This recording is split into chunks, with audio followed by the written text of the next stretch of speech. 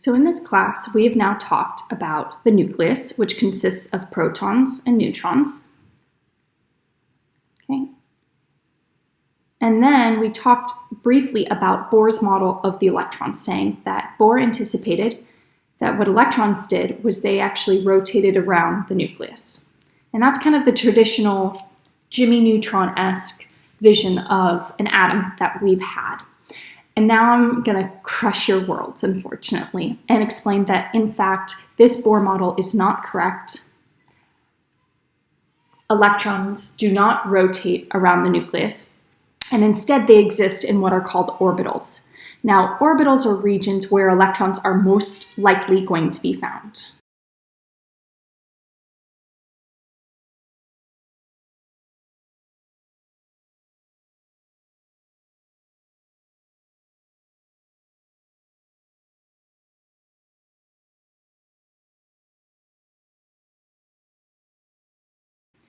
So one such region is the s orbital. So notice the s orbital here is a sphere, okay? And so electrons within this s orbital, so if we designate electrons to this orbital, which I'll show you what that means in a second, what we're saying is there's a high chance that we'll find it within this region, okay?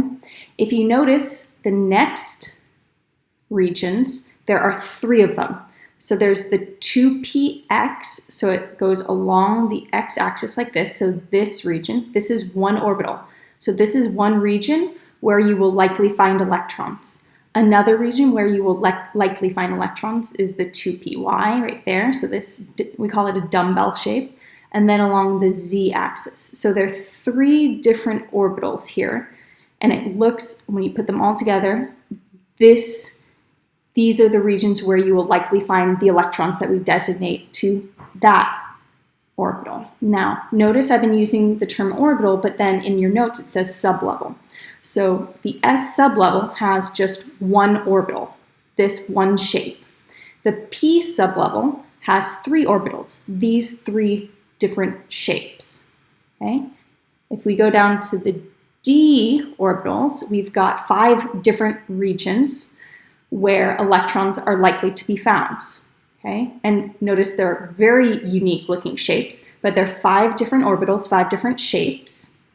And so the d sublevel has 5 orbitals. And then we even get to F, but we're not going to draw it because it's just too crazy. But there are 7 different configurations for the F sublevel.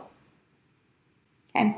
So before I make sense of these shapes and actually show you where the electrons exactly are going. And remember, it's not this idyllic rotation of an electron around a nucleus. In fact, it's simply electrons moving around randomly, but we can predict or say with a certain amount of certainty, we think there's a likely chance it will be within either the s orbital, one of these 3p orbitals, or one of these 5d orbitals at a given time. It doesn't guarantee anything, but that's where they're most likely going to be found. And the reason why that's important is because that helps us to be able to predict how atoms are going to react together.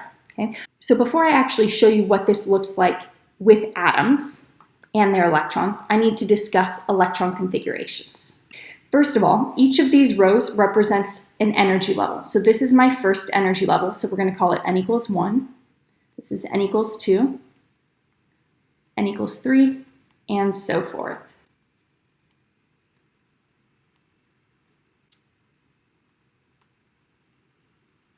Okay.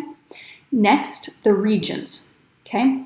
So the first region that I'm going to show you is for the s orbitals. So I'm going to highlight this region here.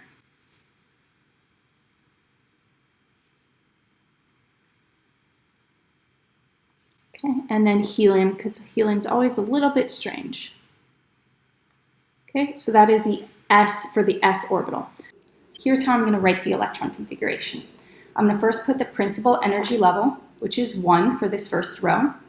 Then I'm going to put the orbital, so this is going to be s. And I only have 1 electron so far, so I'm going to just put a 1 up top.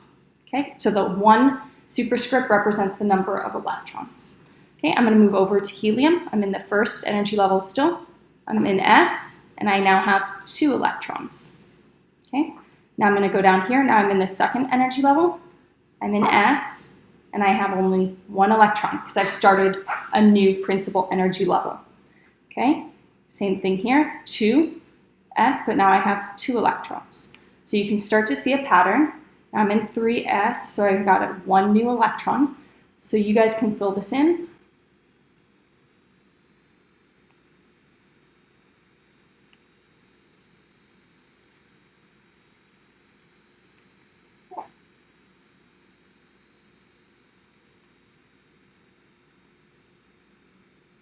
Okay, now I'm going to do that, but for my P sublevel.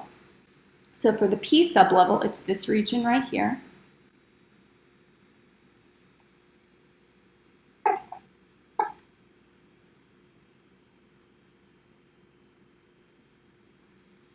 And just like with the S sublevel, okay, notice this is I have my first energy level in the first row. So P actually starts in the second energy level. So it's going to be 2 because I'm in the second energy level.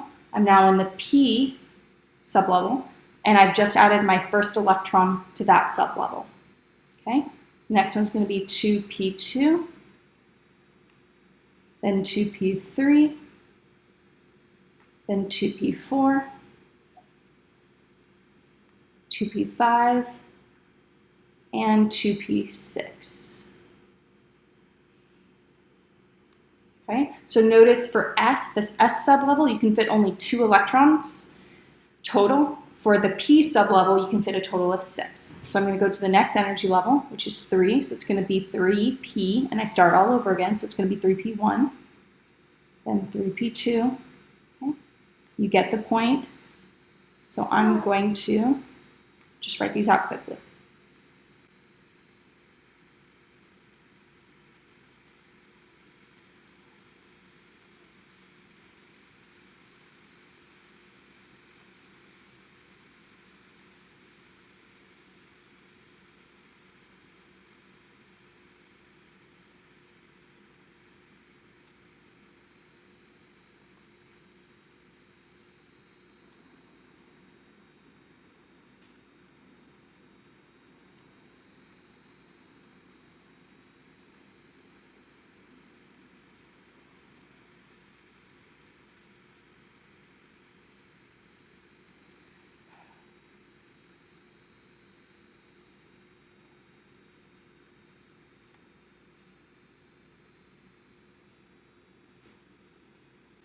Okay, now I'm going to do this D sublevel.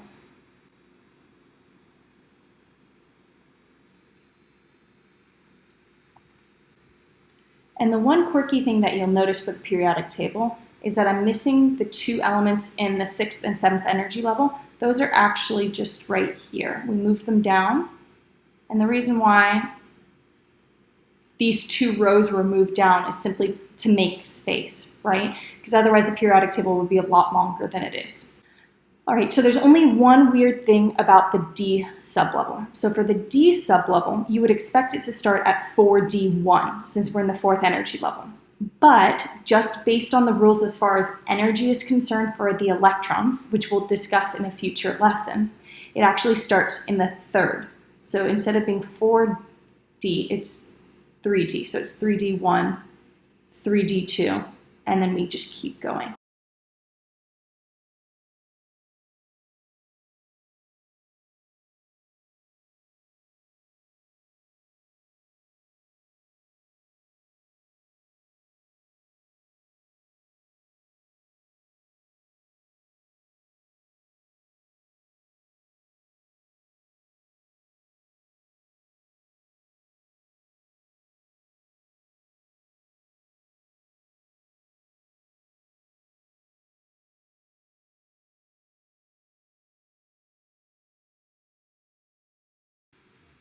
The D orbital for this 5th energy level will actually start right here, so 5D1, because it's supposed to be right here actually. Okay, and then I'm going to keep going.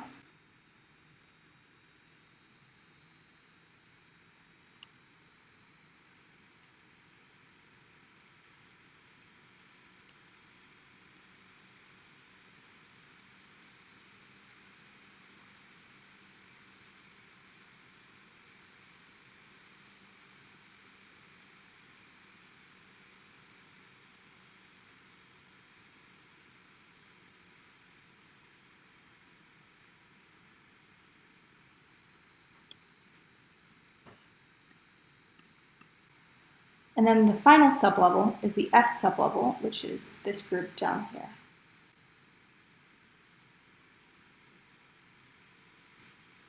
And just like the D sublevel started one energy level lower, the F sublevel, you would think it would be in accordance with the D sublevel. It would start at 5F, but actually it starts one energy level even lower. So this is going to be 4F1.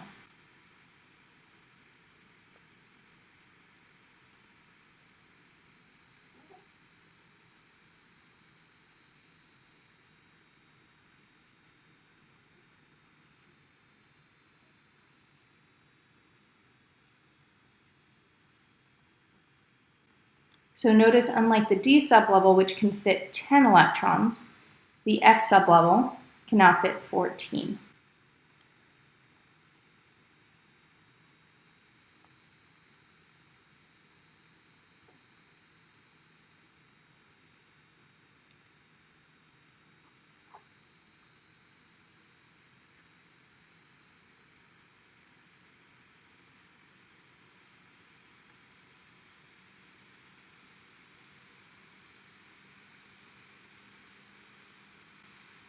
Okay, so this is a lot of numbers and letters, but what exactly does it mean? What can it tell me when I'm trying to write out an electron configuration, and what exactly is an electron configuration?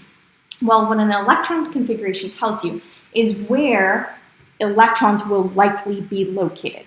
Okay, so let me write out one sample electron configuration to walk you through it, and then we can actually look at what exactly it means. So let's look at the first example, phosphorus. Okay, so we're going to use this sample periodic table here. Obviously, this is not what your periodic table looks like, and it's not what I will give to you on a quiz or a test. You will just be using a regular periodic table. But for right now, we're going to practice using it until you get comfortable using the periodic table to write out the electron configuration.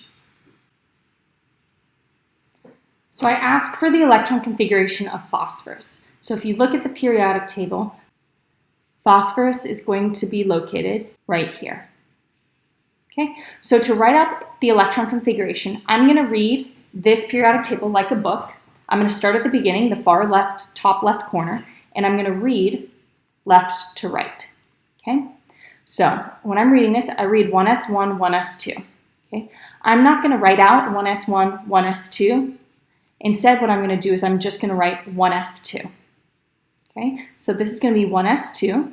Okay, I'm going to keep reading. So I've got 1s2, then 2s2, then 2p6, then 3s2, and then 3p3, and that is where I end.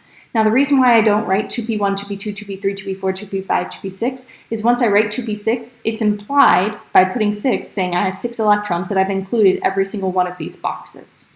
Okay, so let me write that down here.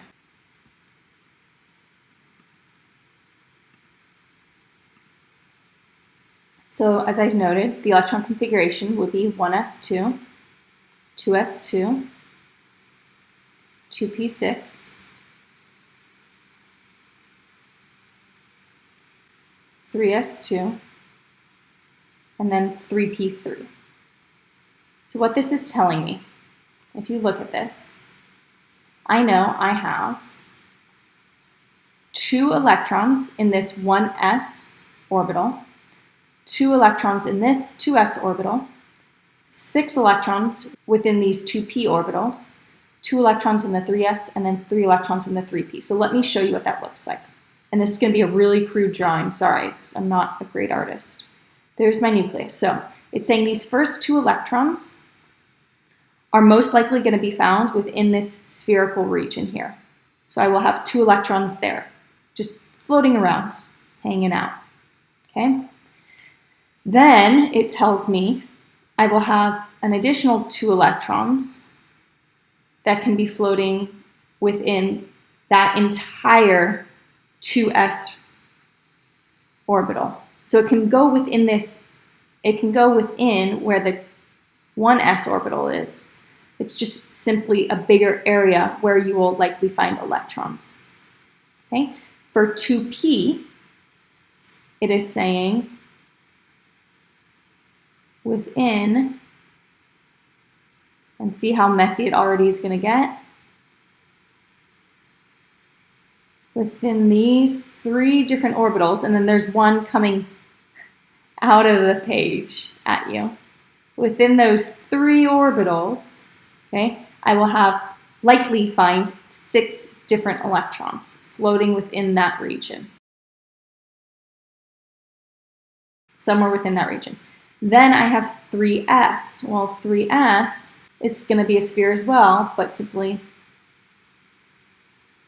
larger. So I will have 2 electrons likely within that 3s orbital. And that was 2p. Sorry about that. Okay, so 2 electrons floating somewhere within that entire green region.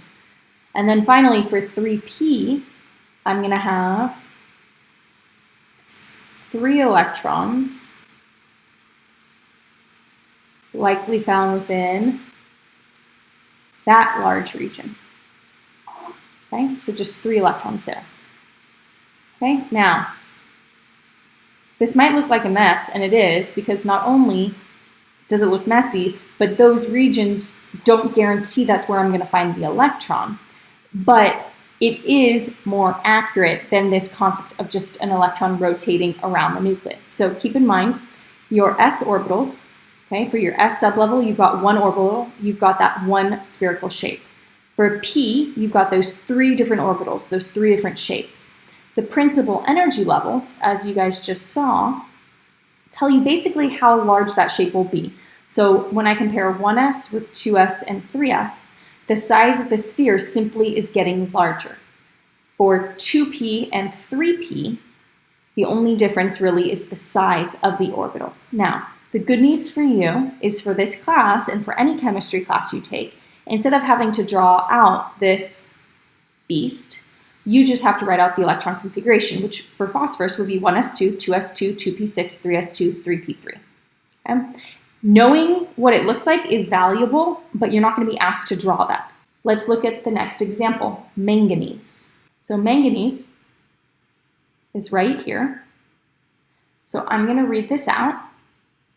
I'm going to read it like a book again. So I'm going to start with 1s2, 2s2, 2p6, 3s2, 3p6, 4s2, and then 3d5. So I'm going to write that out now.